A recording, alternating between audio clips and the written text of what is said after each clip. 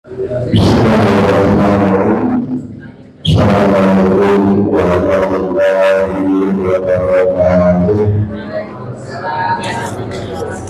Alhamdulillahirabbil alamin wa bihi nasta'in wa na'udzu billahi wa sallallahu ala asyrafil anbiya'i wal mursalin wa ala alihi wa sahbihi ajma'in, amma ba'du. Yang saya hormati para narasumber hari ini, Bapak Dr. Andes Muhammad Nasiruddin MSI dari PDN Jakarta Timur, mereka bersama melakukan kesehatan badannya di pandangan umurnya, sehingga bisa meminta semua menuju jalan apa itu dalam hal ilmu agama. Yang saya hormati Bapak Ketua Pengurus PJM Harapan saya, yang saya hormati Ibu Ketua PJA Harapan saya, Ibu Rasini SPDI, Bapak Jamaah Majelis Taklim PJM PJA Harapan saya Allah. Pertama-tama kita panjatkan puji dan syukur kepada Allah Subhanahu wa Ta'ala yang senantiasa melimpahkan rahmat serta hidayah kepada kita semua, terutama nikmat iman dan Islam, nikmat sehat wal afiat, juga nikmat panjang umur, sehingga pada hari ini Sabtu tanggal 1 Ramadan kita masih diberi kesempatan untuk sama-sama melaksanakan salah satu kewajiban Islam, yaitu menuntut ilmu. Salam kita sampaikan kepada Muhammad SAW beserta keluarga, para saudara beberapa hadirin, dan akhirnya kita sebagai pengikut yang selalu istiqomah, berharap mudah-mudahan di hari akhir nanti kita mendapatkan syafaat dari beliau. Bapak Ibu jamaah Masjid Taklim PJM di harapan saya berbahagia, hari ini adalah hari pertama kita melaksanakan ibadah puasa. Mudah-mudahan ibadah kita diterima Allah SWT, dibacakan pahala yang berbahagia. Berikutlah dengan ibadah kita sebagai umat yang selalu mengikuti tindak dari para Bapak Rasulullah SAW. Bapak Ibu jamaah yang berbahagia, tema ini adalah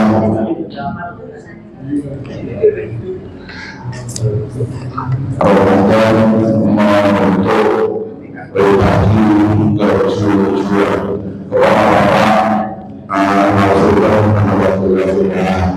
Asyam misalkan kajian kita ini sudah biasa bahwa dibagi session, artinya 1 jam 2, nanti 40 untuk pemaparan dan beberapa menit untuk tanya-tanya. Mari kita bersama-sama kajian ini bersama-sama melakukan Bismillahirrahmanirrahim.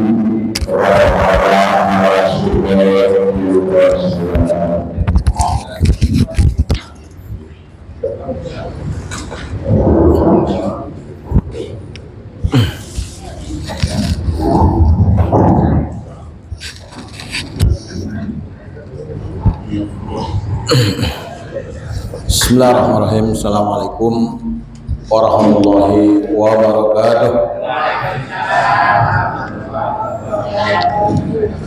Alhamdulillahirrahmanirrahim. Wassalatu wassalamu ala asyrofil mursalin wa ala alihi wa sahbihi. Qul subhanaka la ilma lana illa ma 'allamtana innaka antal alimul hakim. Asbahna ala fitril Islam wa ala kalimatil ikhlas wa ala dini Muhammadin sallallahu alaihi wasallam wa ala millati Ibrahim hanifa wa ma kana minal musyrikin. Raditu billahi rabba wa bil islami dina wa bi Muhammadin nabiyya wa rasula. Allahumma rabbana zidna ilman nafi'a wa rizqan thayyiba wa amalan mutaqabbala. Qala Allah Ta'ala fil Qur'anil Karim, a'udzu billahi minasyaitonir rajim. Bismillahirrahmanirrahim.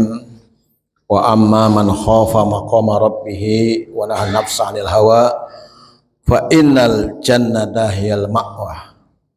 Wa qala Rasulullah sallallahu alaihi wasallam, man shoma ramadana imanan wa ihtisaban ghufira ma taqaddama min damih wa ma ta'akhkhar. Amma ba'd. Yang saya hormati dan saya muliakan pimpinan cabang Muhammadiyah Harapan Jaya, Bapak Agus Saiful serta jajarannya. Yang saya hormati dan saya muliakan pimpinan cabang Aisyah Harapan Jaya Ibu Sulastini ya, betul, beserta jajaran dan teman-temannya. Alhamdulillah pada hari ini kita masuki tanggal 1 Ramadan atau 1 Maret. Ramadannya 1446 Hijriah, miladiahnya 1 Maret 2025. Tema yang akan kita bahas adalah Ramadan dan kejujuran, atau Ramadan membentuk seorang muslim menjadi orang-orang yang jujur. Bapak Ibu sekalian, Muhammadiyah sudah berusia 102 tahun. Milad kemarin, milad yang ke 102 tahun. Sebelum Indonesia merdeka, Muhammadiyah sudah berdiri. Sampai hari ini masih tetap kokoh. Kenapa? Karena di Muhammadiyah ini orangnya jujur. Ya. Jadi kalau ada orang mewakafkan satu bangunan bisa jadi 2 lantai. Kalau mewakafkan 2 lantai bisa jadi 3 lantai. Orang ngasih wakaf atau hibah kambing nanti bisa jadi sapi. Ya. Ini hebatnya orang Muhammadiyah. Beda di ormas-ormas yang lain. Ini kehebatan Muhammadiyah. Maka Bapak sekalian ingat daripada pesan Kiai Haji Ahmad Dahlan, hidup-hidupilah Muhammadiyah dan jangan cari hidup di Muhammadiyah. Tetapi Anda akan hidup di Muhammadiyah. Nah ini penting ya. Jadi kita dari mulai atas sampai bawah nggak punya gaji Pak di Muhammadiyah. Saya sebagai Ketua Majelis Tabligh pimpinan daerah Muhammad di Jakarta Timur nggak ada gaji tetapnya. Bahkan saya sekarang menjadi anggota pimpinan Majelis Tabligh wilayah Jakarta juga nggak ada gaji. Tapi di Muhammadiyah punya ladang-ladang rizki. Ya. Muhammadiyah banyak sekali tempat-tempat kita mendapatkan rizki. Sehingga dengan ladang-ladang itulah kita jadi hidup. Ya. Jadi kita hidup di Muhammadiyah karena banyak sawahnya, banyak ladangnya, sehingga orang-orang yang berilmu, ilmunya berguna dan bermanfaat. Bapak-Ibu sekalian, Ramadan adalah bulan di mana keberkahan, kemuliaan dan juga keindahan. Kenapa tema ini saya angkat? Karena Bapak sekalian, akhir-akhir ini bangsa Indonesia sedang kekurangan, ya, kekurangan pimpinan ataupun kekurangan pejabat-pejabat yang jujur. Ya. Jadi bangsa Indonesia ini sekarang sedang kekurangan orang-orang jujur. Kalau orang pintar banyak, orang cerdik banyak, tapi orang jujur masih bisa dihitung. Khususnya para pemangku, para pejabat yang sedang berkuasa, baik 10 tahun yang kemarin ataupun sekarang yang sedang berlangsung, yang sedang kita ikuti kehidupan di dalam negara Indonesia kita ini. Oleh karena itu Bapak sekalian, kita lihat di dalam surat At-Taubah, ya. Tadi sudah saya tulis kajian hari ini, nanti ibu-ibu dapat fotokopian ya. Atau sudah belum? Oh, sudah di grup ya. Jadi kalau sudah di grup enak ya. Jadi kita bisa lihat di grup yang sudah terima kajian hari ini di grup ya. Jadi Bapak sekalian, kenapa Ramadan menjadi tempat menjadikan kita sebagai orang-orang yang jujur? Dalam hadis qudsi Allah menegaskan, kullu amal ibni Adam lahu ila siyam fa in hauli wa ana alzibih. Setiap amalan anak cucu Adam itu untuk dirinya. Ila siyam, kecuali ibadah puasa. Fa in hauli wa ana alzibih, dan akulah yang akan langsung membalas pahala orang-orang yang berpuasa. Jadi Ramadan siam ini ibadah yang sifatnya rahasia. Ini hanya orang tersebut yang mengetahui apakah dirinya puasa dengan Allah Subhanahu wa taala. Apakah dirinya tidak berpuasa, hanya dia dan Allah Subhanahu wa taala yang mengetahui. Kalau ibu sholat ke masjid tarawih kelihatan. Kalau haji, mau berangkat haji umroh kelihatan, diantar oleh satu kampung ya. Tapi kalau Ramadan siam, yang tahu kita, apakah kita puasa atau tidak, yang tahu kita dengan Allah Subhanahu wa taala. Bisa saja ya, sekarang warung masih tutup, nanti setelah seminggu Ramadan banyak Pak warung-warung makan yang buka lagi seperti biasa. Mungkin ketika makan badannya nggak kelihatan, kepalanya nggak kelihatan, yang kelihatan kakinya Pak. Ya, kakinya ungkang-ungkang di warung ya. Mungkin dianggap oleh keluarganya dia masih puasa ya. Tapi Allah SWT maha tahu, maha melihat ya. Allah SWT maha mengetahui, innallaha alimum bidatis sudur. Sesungguhnya Allah mengetahui apa yang ada dalam diri kita. Jadi Ramadan merupakan ibadah yang sifatnya rahasia. Oleh karena itu dalam hadis qudsi Allah menegaskan, illa siyam fa innahu li, puasa itu untukku dan akulah yang akan langsung membalas pahala orang-orang yang berpuasa dengan kadar masing-masing. Oleh karena itu Bapak sekalian, jadi kejujuran adalah satu sifat yang sangat penting dalam Islam. Kejujuran membawa banyak manfaat baik di dunia maupun di akhirat. Kenapa dakwah Rasulullah diterima oleh umat, oleh jamaah? Maka jawabannya adalah Rasulullah karena punya sifat as-siddiq. Ya, jadi sifat wajib bagi Nabi adalah pertama patonah, tabligh, siddiq, dan amanah. Siddiq artinya orang-orang yang selalu benar dan membenarkan apa yang telah Allah wahyukan. Selalu benar. Jadi Nabi Muhammad tidak pernah berbohong. Nabi kita pernah bohong nggak Pak? Pernah nggak Pak bohong? Bohong sama istri ya, bohong sama suami ya, bohong sama anak. Kalau Nabi nggak pernah bohong. Jadi siam mengajarkan kita untuk selalu berlaku jujur.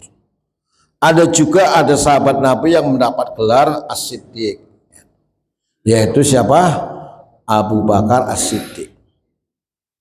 Kenapa beliau mendapatkan gelar As-Siddiq? Karena Abu Bakar membenarkan, meyakini peristiwa terjadinya Isra dan Mi'rajnya Nabi besar Muhammad sallallahu alaihi wasallam.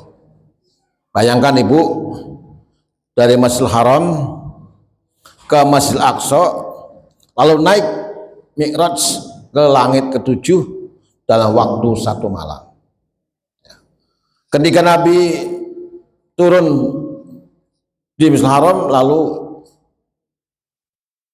para orang-orang munafikun mencemooh, mencemooh bahwa Muhammad telah berdusta, Muhammad telah berbohong. Loh kok begitu? Ya karena dia bilang dari Masjidil Haram ke Masjidil Aqsa, Baitul Maqdis, lalu naik ke atas langit ketujuh dalam waktu 1 malam. Padahal pada waktu itu belum ada pesawat, belum ada jet, belum ada kereta. Jadi orang masuknya dari mana mempercayainya? Dengan keimanan. Bahkan Abu Bakar mengatakan, kalau seandainya Muhammad yang cerita dan lebih dari itu saya percaya, karena Rasulullah tidak mungkin berbohong. Sehingga Rasulullah mendapatkan gelar julukan Al-Amin, orang yang dapat dipercaya. Siti Khadijah, saudagar kaya,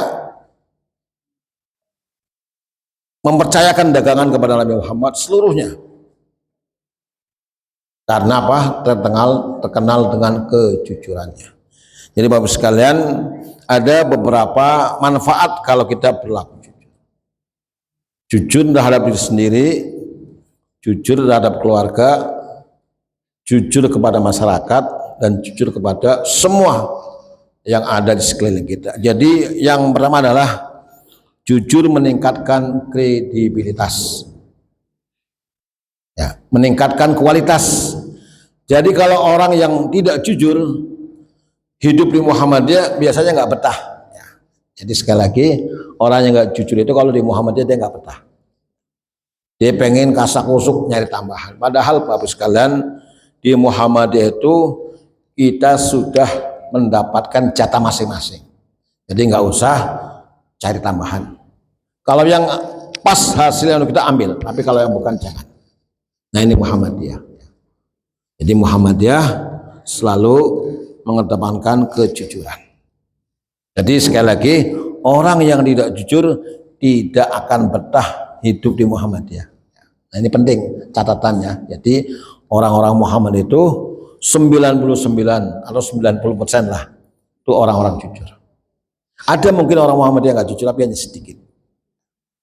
Ya, yang mencuri-curi ada, tapi hanya sedikit. Tapi hampir semualah orang Muhammad itu ada kejujuran. Jadi meningkatkan kredibilitas. Kemudian yang kedua adalah kejujuran menghindari konflik. Jadi makanya alhamdulillah setiap ada musjab, musran, musda itu biasanya ada laporan keuangan. Ada tim audit, tahu nggak Pak? Di audit nih, PCM Harapan Jaya kekayaannya berapa selama 5 tahun. Di audit. Lalu sudah tangan betul laporannya. Ini menghindari konflik. Tapi kalau di ormas lain nggak ada Pak, nggak ada laporan keuangan selama sekian tahun ya. Bahkan boleh dikatakan kadang-kadang sembunyi-sembunyi. Kemudian kejujuran meningkatkan rasa percaya diri. Jadi orang yang nggak jujur kan jalannya beda banyak dengan orang yang jujur, ya kan? Takut ketahuan. Jadi menteri-menteri dulu yang nggak jujur, yang korupsi dan sebagainya, sekarang lagi ketar-ketir Pak. Takut ketahuan, takut diusut oleh KPK atau oleh OJK. Jadi kejujuran meningkatkan kredibilitas. Katakanlah kalau kita jadi pimpinan cabang atau mantan pimpinan cabang, kita bersih, kita ikhlas, nggak pernah korupsi, kan tenang Pak hidupnya. Tapi kalau kita pimpinan cabang nguntit, apa tuh nguntit? Ya. Nguntit uang, ya. Korupsi kan begitu diaudit ketahuan, wah. Jadi inilah hebatnya Islam, sehingga dengan kejujuran itu selalu akan meningkatkan rasa percaya diri. Dan Bapak sekalian, kita dari 2018 2018 sampai dengan 2023 kemarin ya, rakyat Indonesia telah dibohongi. Ya, jadi kasus pertama ya 5 tahun Pak. Jadi 2018 sampai 2023 itu kasus pertama sekarang mencuat. Ya, setelah mendapat izin dari presiden, akhirnya dibongkar. Ternyata kita lihat orang-orang yang korupsi di pertama itu masih muda-muda ya. Masih muda-muda, saya lihat 5 orang, 7 orang itu kelihatannya usianya di bawah 50 tahun. Tapi korupsinya luar biasa. 1 tahun itu 193,5 triliun. Bayangkan, 1 tahun. Kalau 5 tahun berarti kurang lebih 900 triliun. Ini luar biasa. Luar biasa ini Pak. Ya, ini sekarang sedang ditangani oleh Kejaksaan Agung supaya nanti bisa terbongkar dan bisa dipenjarakan orang-orang yang berbuat aniaya, orang-orang yang berbuat jujur. Bapak Ibu sekalian, ketika Umar bin Khattab menjadi khalifah, Umar bin Khattab ini biasa Pak, kalau malam itu keliling tanpa ada pengawal, tanpa ada yang tahu. Umar bin Khattab ini keliling melihat warganya, masyarakatnya. Ada sebuah keluarga ya, ini penjual susu ya. Penjual susu ini dianggap sebagai penghasilan utama ya, sehingga karena penjualan susu ini menurun, akhirnya ibunya nyuruh kepada anaknya, nak, kita campur saja susu ini dengan air. Jadi oplos ya, dioplos dengan air. Umar bin Khattab mendengar pembicaraan seorang anak dengan seorang ibunya, tapi anak tadi mengatakan jangan ya. Jangan Bu, nggak boleh ya. Kita harus jual sesuai dengan takaran, sesuai dengan kualitas. Nggak boleh mencampur antara air dengan susu. Akhirnya apa? Bapak Ibu sekalian, Umar bin Khattab mendengar kisah begitu, cerita begitu, obrolan begitu, akhirnya pagi harinya keluarga tadi dipanggil ke istana oleh Umar. Akhirnya diberi nasihatnya, supaya tidak mengoplos, mencampur antara susu dengan air. Nanti kualitasnya berbeda dan akan merugikan masyarakat. Wanita tadi yang jujur, yang tidak mau mengoplos susu dengan air, akhirnya disuruh menikah sama seorang bernama Hasim. Kemudian lahirlah anak yang terkenal, yaitu Umar bin Abdul Aziz, salah seorang khalifah yang jujur. Inilah kisah yang sangat inspiratif, sehingga kejujuran meningkatkan rasa percaya diri.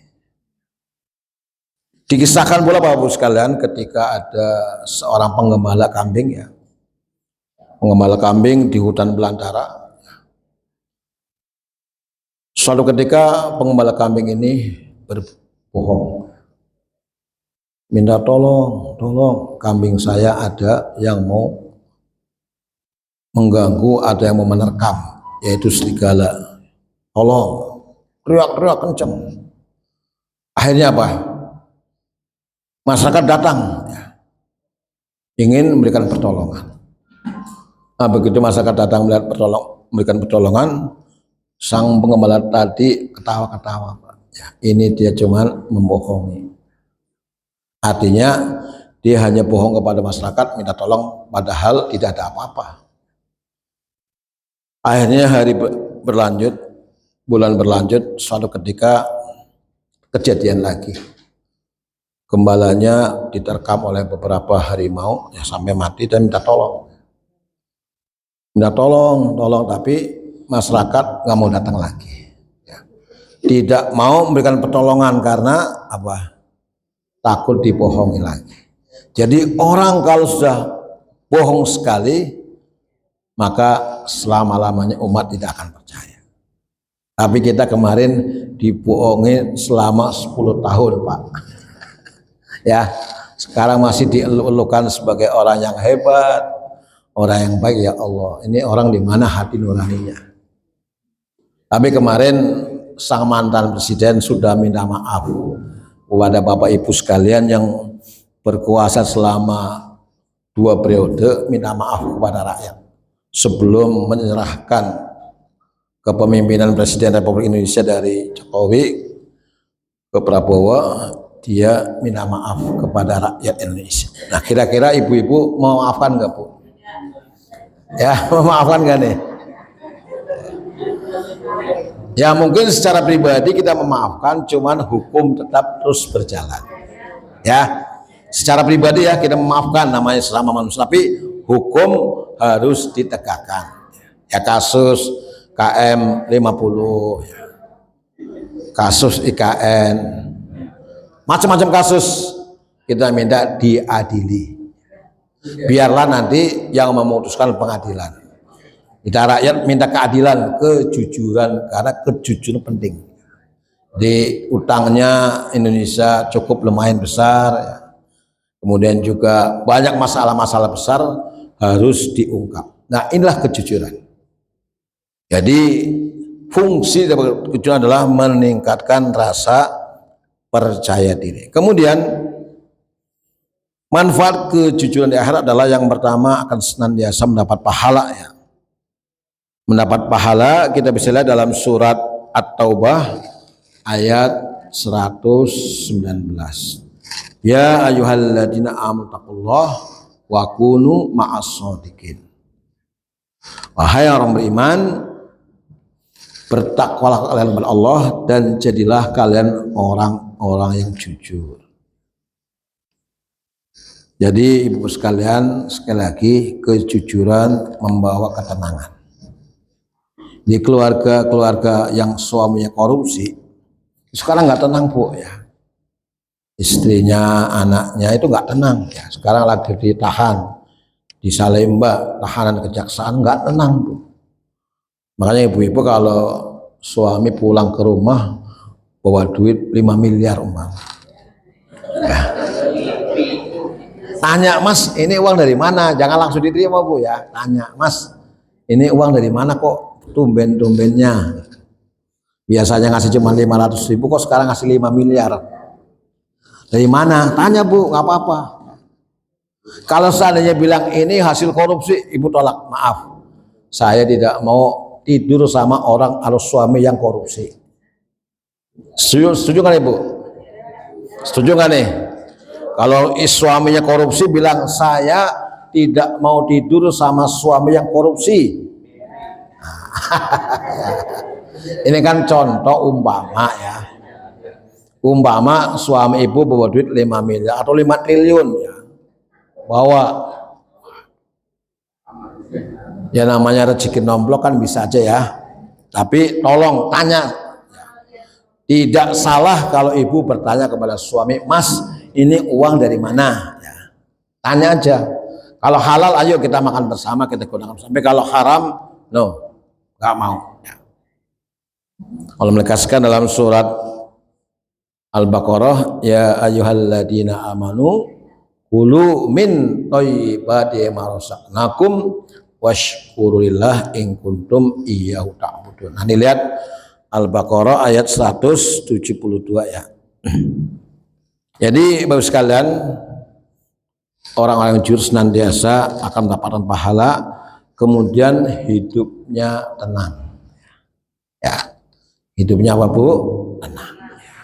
Kemudian yang kedua adalah manfaat orang jujur di akhirat akan menghindarkan diri dari dosa. Kejujuran dapat menghindarkan dosa dan kesalahan.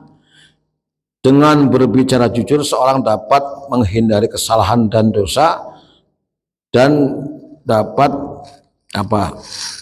merugikan diri sendiri. Kalau seandainya kita berdusta akan merugikan diri kita sendiri. Jadi alhamdulillah ibu sekalian, kita bisa sholat khusyuk ya, bisa sholat tenang karena suami kita jujur, istri jujur, cari rezeki yang baik sehingga dapat mendapatkan ketenangan. Tapi kalau nggak jujur, itu repot ya.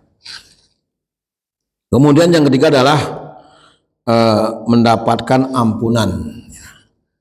Kejujuran dapat mendapatkan ampunan dari Allah SWT. Dalam Al-Quran surat Al-Imran ya, ayat 148, Ibu nanti lihat, kita baca Bu ya, 148. Kita lihat Bu. Allah menegaskan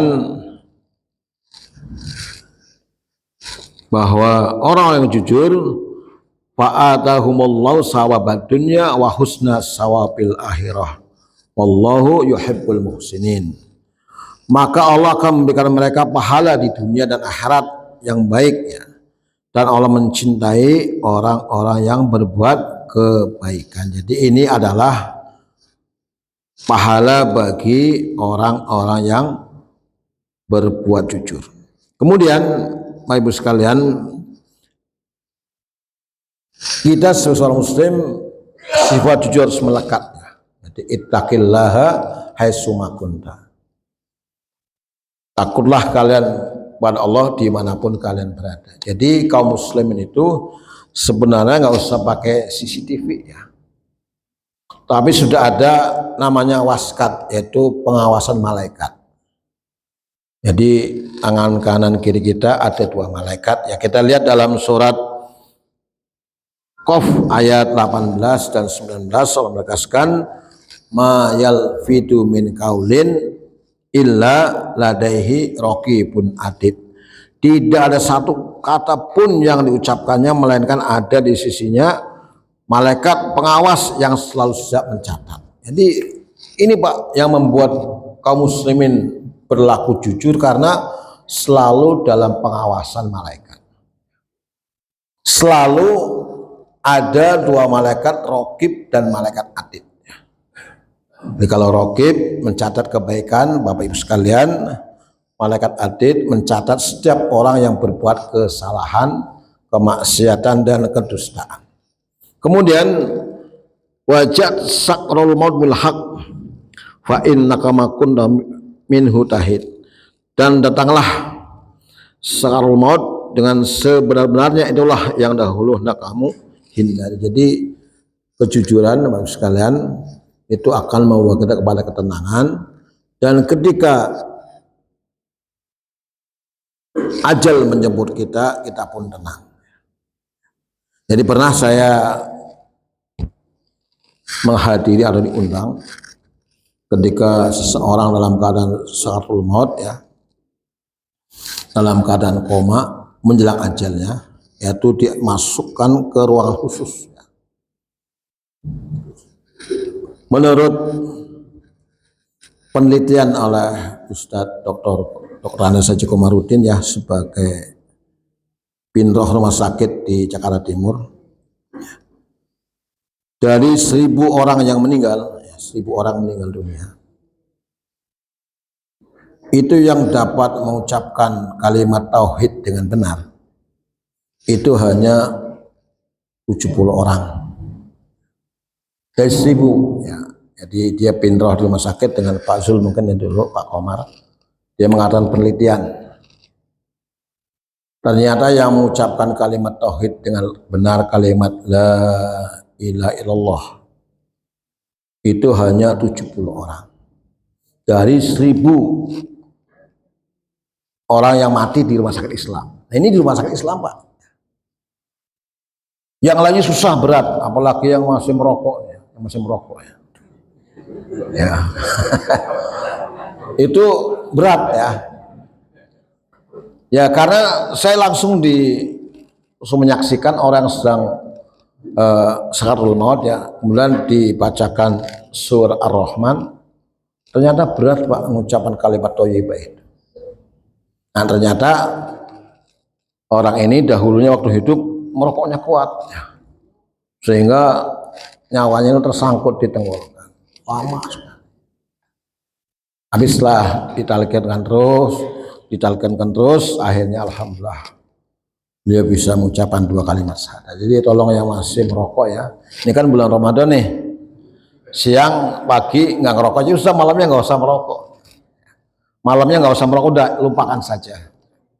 Jadi ini merupakan momen supaya bapak-bapak yang masih merokok berhenti merokok, karena bulan Ramadan bulan menahan hawa nafsu. Jadi kita kembali kepada masalah bahwa ternyata kejujuran membawa seseorang juga matinya mudah untuk mengucapkan 2 kalimat syahadat. Ya, ini penting disampaikan kepada Bapak sekalian supaya apa? Supaya kita senantiasa berlaku jujur, meninggalkan dusta. Kalau Bapak Ibu melihat bagaimana sejarah Muhammadiyah dari mulai pertama Kiai Haji Dahlan sampai sekarang Haidar Nasir, alhamdulillah pimpinan Muhammadiyah semuanya orang jujur. Bahkan satu kisah yang sangat menarik adalah ketika A.R. Fahrudin ya, Ibu pernah dengar ya kisahnya, Bapak juga pernah mendengar, ketika A.R. Fahrudin didatangi oleh Pak Harto sebagai ketua umum Muhammadiyah, ormas terbesar nomor 2 di Indonesia. Pak Harto melihat A.R. Fahrudin itu di rumahnya dia jualan bensin Pak, tapi pakainya eceran. Jadi jual bensin jual eceran menggunakan botol. Akhirnya Bapak sekalian, karena melihat ya ketabahan, kesabaran A.R. Fahrudin, akhirnya A.R. Fahrudin besoknya dipanggil ke istana. Pak A.R. besok ke istana ya. Akhirnya Pak A.R. ke Jakarta. Setelah bincang-bincang lama dan macam-macam, akhirnya Pak A.R. mendapat amanah dari Pak Harto. Pak Harto mengatakan, Pak A.R., ini di Jogja ada sebuah lahan yang besar, yang luas. Daripada Pak A.R. Fahrudin tiap hari jualan bensin menggunakan botol eceran, akan saya bangunkan sebuah pom bensin supaya Pak A.R. bisa dakwahnya lebih lancar, dakwahnya lebih semangat, dan juga bisa menjadi menopang kegiatan umat. Akhirnya Pak A.R. bilang, maaf Pak Harto, saya terima wakaf ini, tapi saya mohon wakaf ini tidak saya gunakan untuk pom bensin, tapi akan saya dirikan sebuah universitas Muhammadiyah. Nah, itulah cikal bakal berdirinya UMY, Universitas Muhammadiyah Yogyakarta. Nah itu adalah wakaf dari Pak Harto yang diberikan ke Pak A.R. untuk keluarga sebenarnya, tapi Pak A.R. untuk kepentingan umat, kepentingan Muhammadiyah. Alhamdulillah sampai sekarang Pak, UMY bahkan semakin berkembang, semakin besar, dan itu adalah kebesaran daripada keikhlasan, daripada sifat kejujuran yang dimiliki oleh Pak A.R. Fahrudin, mendapatkan wakaf dari Pak Harto, yaitu sebidang tanah, tapi ternyata luasnya minah. Jadi sekali lagi tadi saya katakan bahwa kalau orang wakaf ke Muhammadiyah, 1 lantai bisa menjadi 2 lantai, 1 gedung bisa menjadi 2 gedung, wakaf 2 lantai bisa menjadi 3 lantai. Itulah Muhammadiyah bergerak. Jadi orang-orang Muhammadiyah selalu ada masalah. Jadi masalah selesai ini, datang masalah baru lagi ya. Selesai bangun masjid, datang masalah lagi. Beda dengan jamaah tabligh. Kalau jamaah tabligh itu bukan masalah, masya Allah ya, masya Allah. Jadi datang ke PCM Harapan Jaya melihat masjid, masya Allah masjidnya besar sekali. Datang ke Pulau Gadung, masya Allah ini jamaah tabligh. Karena apa? Dia tidak bisa membangun, cuma hanya bisanya melihat dan hanya bisa mengucapkan masya Allah, masya Allah, masya Allah. Terus kalian, jadi itulah kehebatan orang-orang Muhammadiyah ketika mereka mempunyai sifat kejujuran. Kemudian kita lihat dalam kitab Bulughul Maram, jadi nanti silakan lihat babul adab, bab sopan santun. Maka hadis yang ke 1279, hadis ini dari Ibnu Mas'ud, isinya adalah alaikum bisidqi, hendaklah kalian selalu melakukan kebenaran, berlaku benar. Fa inna sidqa yahdi ilal birri, karena kejujuran itu akan membawa kita kepada kebaikan. Fa innal birra yahdi ilal jannah, dan kebaikan akan mengantarkan kita menuju surga. Jadi Bapak sekalian, Muhammadiyah ormas besar hanya mengantarkan kita sampai di depan pintu surga. Silakan milih, karena surga itu ada 8 pintu. Silakan ibu bapak milih yang mana. Jadi nggak diajak ke masjid masuk dulu, enggak, hanya sampai depan pintu aja. Tadi ada surga Firdaus, ada Jannatul Adn, Jannatul Naim, Jannatul Ma'wa, dan seterusnya. Silakan ibu-ibu, bapak-bapak milih pintu yang mana. Kalau pengen dapat pintu surga Firdaus, bisa lihat dalam surat Al-Mu'minun, ayat 1 sampai dengan 11. Allah menegaskan qad aflahal mu'minun, beruntunglah orang-orang yang beriman, alladzina hum fi sholatihim khashi'un, orang-orang yang sholatnya khusyuk, walladzina 'anil lagwi mu'ridun, orang-orang yang menghindari dari perbuatan yang sia-sia, walladzina hum lizzakati fa'ilun, orang-orang yang mengeluarkan zakat, walladzina hum li furujihim hafizun, orang-orang yang menjaga kehormatannya, illa ala aswajihim aw ma malakat aymanuhum fa innahum ghairu malumin faman ibtagha wara'a dzalika fa ulaika humul adun, walladzina hum li amanatihim wa ahdihim raun, orang yang menjaga amanat dengan baik, menepati janjinya, walladzina ala sholawatihim yuhafidun, dan orang-orang yang menjaga sholat-sholatnya, ulaika humul warisun, merekalah orang-orang yang akan mewarisi surga, alladzina yarisunal firdaus hum fiha khalidun, dan surga Firdaus diperuntukkan untuk mereka dan mereka akan kekal di dalamnya. Jadi ini warga Muhammadiyah silahkan ya, milih surga yang mana. Yang paling tinggi adalah surga Firdaus. Kemudian surga yang agak ke bawah itu namanya Jannatul Ma'wa.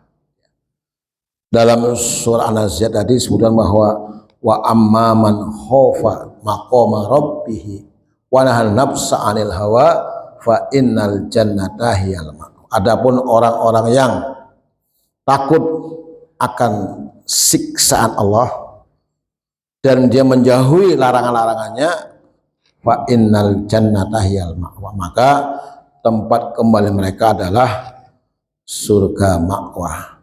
Jadi silakan ya ibu-ibu, kalau pengen surga Firdaus sudah ada keterangan dengan jelas.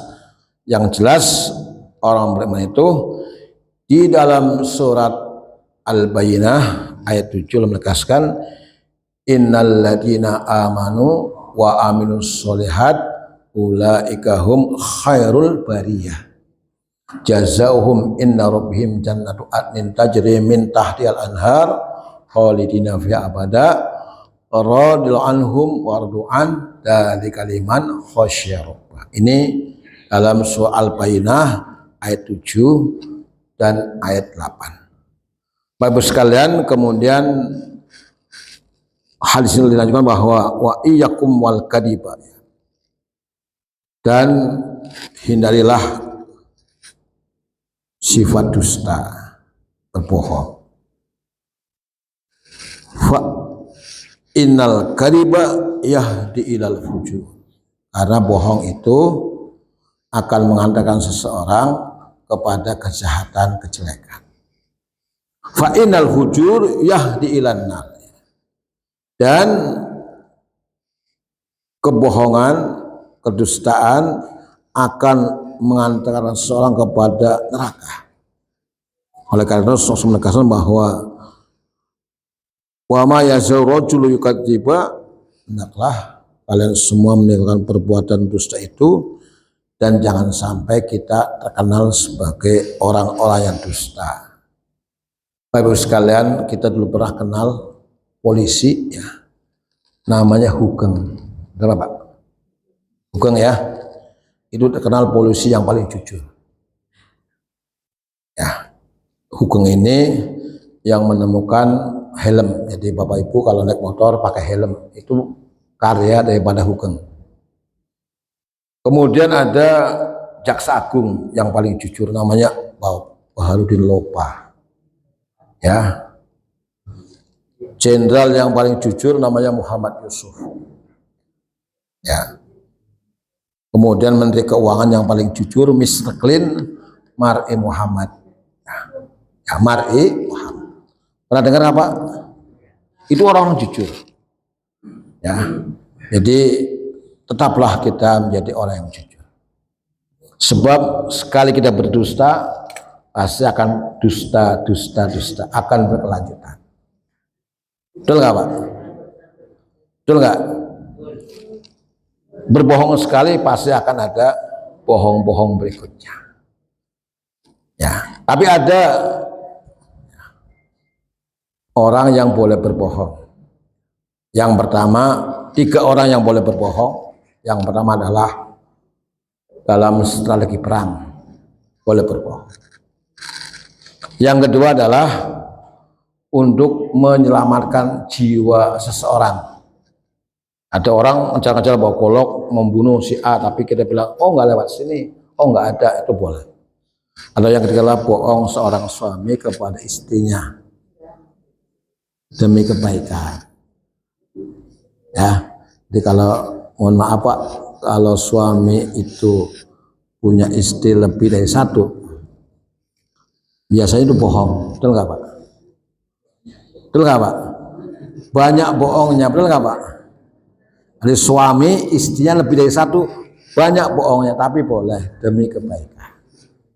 Ya, ya, jadi boleh ya. Setuju kan Ibu? Setuju kan nih? Jadi suami bilang nggak punya uang, padahal uangnya udah dikasih ke bini muda. Emang nggak ada uang, uangnya udah habis. Itu boleh. Yang penting Ibu nggak marah, Ibu ikhlas. Setuju kan Ibu? Setuju kan ya? Ya makanya kan saya bilang bahwa ada 3 orang yang boleh tidak jujur. Yang pertama dalam peperangan, yang kedua dalam menyelamatkan jiwa seseorang, dan yang ketiga adalah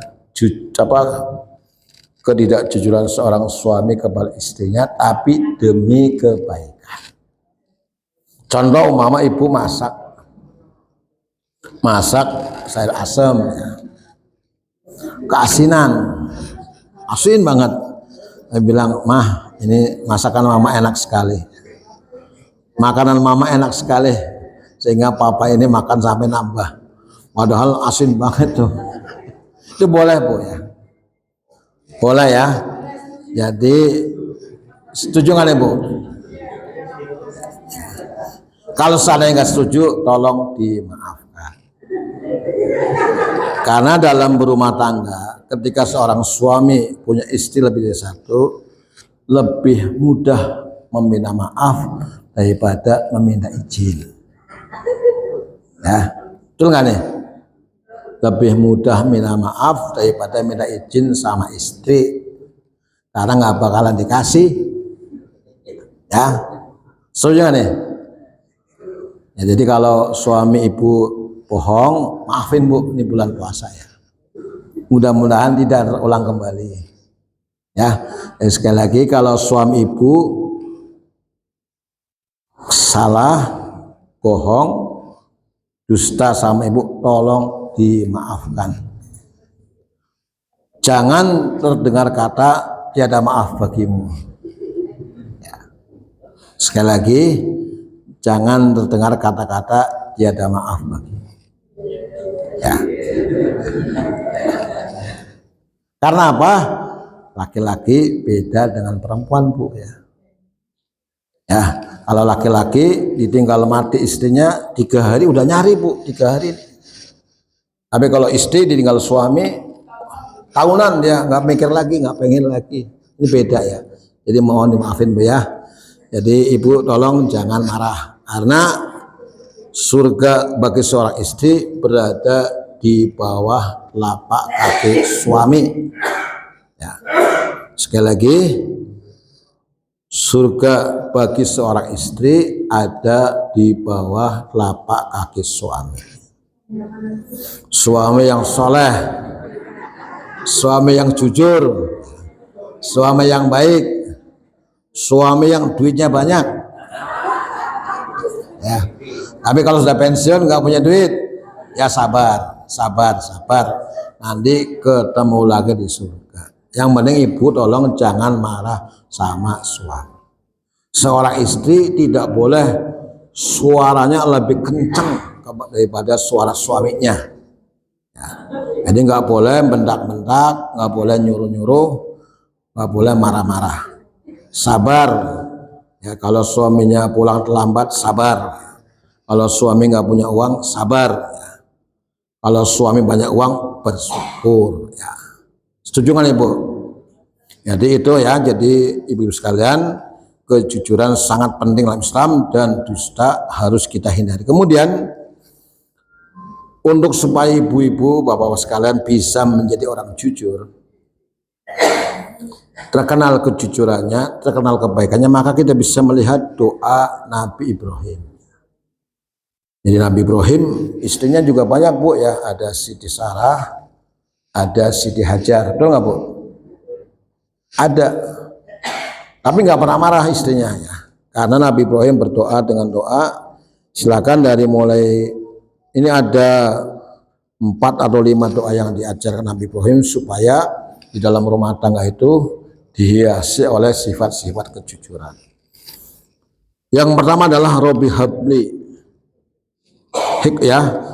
Robbi habli hukman wa alhiqni bis shalihin. Ya Allah, ya Tuhanku, berikanlah kepadaku ilmu dan masukkanlah aku ke dalam golongan orang-orang yang soleh. Waj'al li lisana sidqin fil akhirin. Ya Allah, jadikanlah aku buah tutur yang baik bagi orang-orang yang datang kemudian. Jadi kita terkenal kebaikannya. Ini doa Nabi Ibrahim ya. Kemudian waj'al li mi warasati jannatin na'im. Dan jadikanlah aku termasuk orang-orang yang mewarisi surga yang penuh dengan kenikmatan. Waghfir li abi innahu kana minadh dhalin. Dan ampunilah ayahku, sesungguhnya dia termasuk orang-orang yang sesat. Wala tuhzini yauma yub'atsun. Dan janganlah engkau hinakan aku pada hari mereka dibangkitkan. Ini doa yang intinya adalah waj'alli lisana sidqin fil akhirin. Ya Allah, jadikanlah aku ini buah tutur yang baik bagi orang-orang yang datang kemudian. Jadi kita terkenal kebaikannya. Waj'alli lisana sidqin fil akhirin. Jadi ketua cabang terkenal kejujurannya. Jadi ketua cabang Aisyah terkenal kejujurannya. Jadi Bu RT jujur, jadi Pak RT jujur, jadi pengurus masjid jujur.